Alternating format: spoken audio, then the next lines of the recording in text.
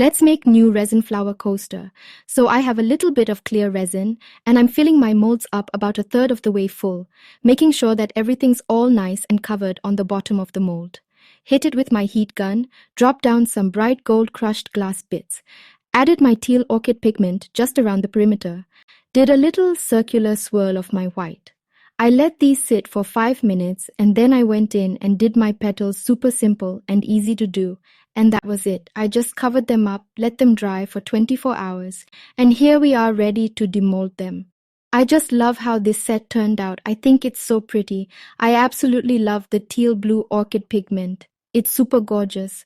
Unfortunately, my molds, I've used them so many times, they've turned matte, so the colors aren't showing up as pretty as they really are. But I'll just give these a top coat and then they'll be good to go.